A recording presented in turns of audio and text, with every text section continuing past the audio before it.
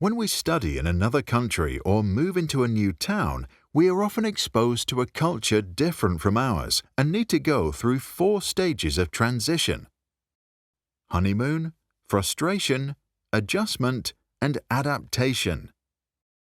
During Stage 2, some experience a real culture shock, severe forms of which can lead to reactions that may need medical attention.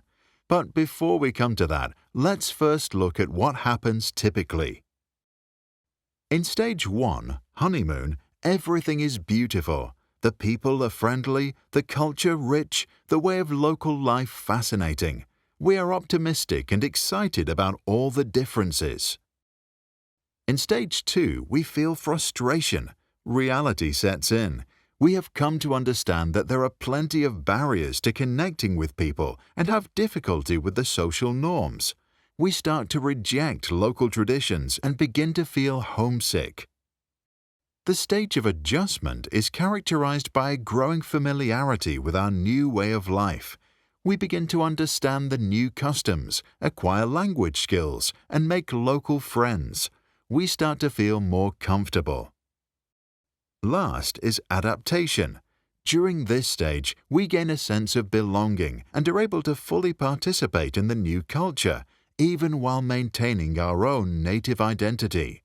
Known as the stage of mastery, we now start to feel at home. However, not everyone arrives at this point. Some people are excited about the foreign culture for months, and others start to get frustrated on day 1. And then there are those who experience a culture shock that is so strong that they leave before adjusting. The Paris syndrome is the most extreme form of culture shock.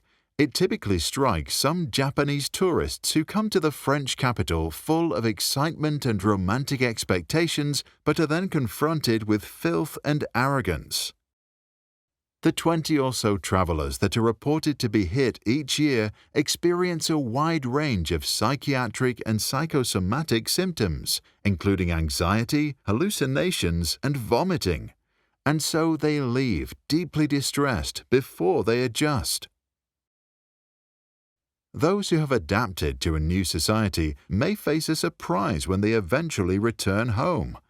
After another honeymoon, they often enter a reverse culture shock, realizing how much they have been estranged from their old way of life. But it can get worse. The ones who are pushed into a new culture without being asked often skip honeymoon altogether and enter straight into the stage of frustration. If that happens without the right support, they never really settle in, can't adjust, and remain frustrated indefinitely.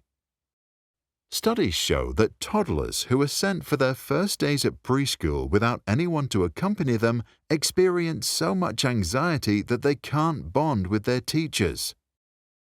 As a result, they remain frightened to go and clock significantly more sick days for their entire preschool years. This is why good schools often demand that parents stay with their children until they can fully settle in. The original research on culture shock was conducted by Sofia Lisgard in the 1950s, after the sociologist had talked to many Norwegians who had spent time in the United States, mostly for academic reasons. Analyzing his interviews, he saw a clear pattern. The culture shock curve, with happiness on one axis and months in a foreign country on another, shows that, on average, the honeymoon period lasts for around 2 months. Then there are about 6 months of frustration before adjustment happens. Adaptation starts after close to a year. What about you? Did you ever travel abroad or move to another country where you experienced the 4 stages? Share your thoughts about the theory and your personal experiences in the comments below.